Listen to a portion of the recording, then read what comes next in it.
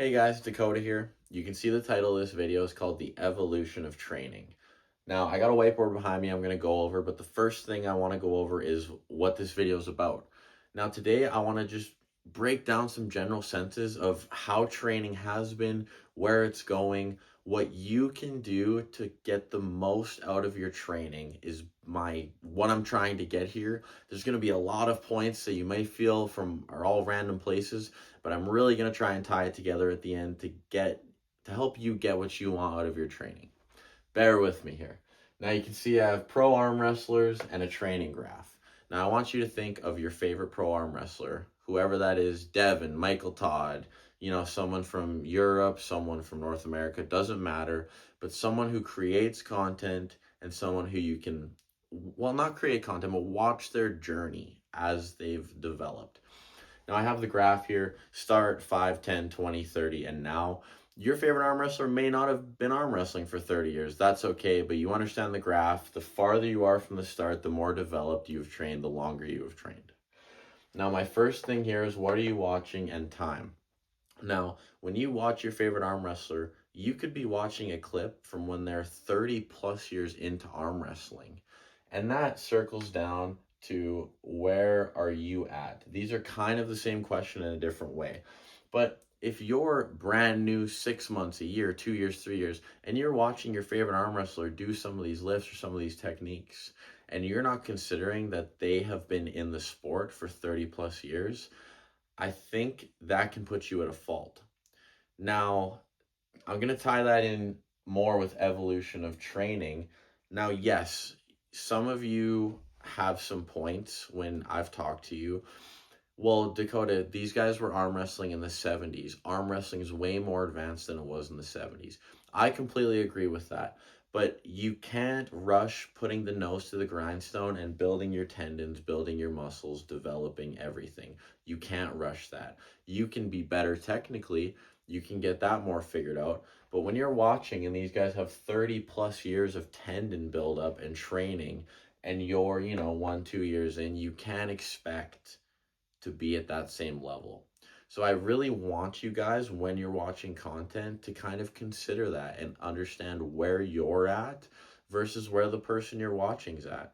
I think it's okay to take things away from someone who's put in, 20, 30 years of experience and give you pointers and give you tips. But I don't think from a strength perspective, you should be rushing yourself too much, because that's when injuries happen. And all that injury is going to do is put you, if you're at 5 years and you get injured, that could set you back to your 3 year point again. And the whole point is to get further away from the start and to develop as much as you can. Now, I've kind of tied these three together. I want to add, where do you want to be? I think when you're training, the most important thing you're thinking of is, yes, your end goal, but you need to think of your journey to the end goal from a realistic perspective. You're not going to wake up and be here in a week, in a month, in 10 years. That's just the reality of it. So you need to think, how do I get there? How do I get there safely? How do I get there effectively? How do I get there while I'm having fun, guys? You want to have fun while you're doing this. That's why we all do this. We love it. But again, to circle all this back together, I think to get the most out of your training, you need to understand the training that you're watching.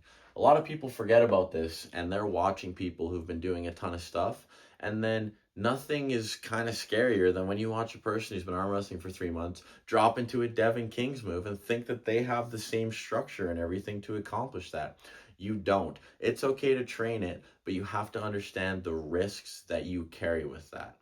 So again, you need to understand the content you're watching. If you're 5 years in and you love watching Todd Hutchings arm wrestle, go try and find where he was 5 years in. Get a gauge, get an understanding. Maybe don't take all the technical aspects that he had 5 years in, because the time is going to be so different. But, again, I sound like I'm beating a dead horse here saying the same thing, but you really gotta understand where you're at and get to where you want to be safely and effectively. So yeah, guys, to kind of summarize the video and the whiteboard I've put here, you want to have effective training. You need to understand the training that you're watching and compare it to how you need to do it, but to also get to where you want to be safely and effectively.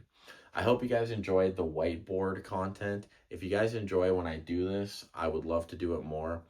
Also, when you subscribe, hit that button. It really means a lot to me. Show a like, leave a comment. I love when you guys do that. It makes me want to keep doing these things for you. And as my channel progresses, guys, it's going to be really fun to watch all of you go down this line and for you guys to get to watch me go down this line. So I hope you stay in here for the long run and we build arm wrestling together.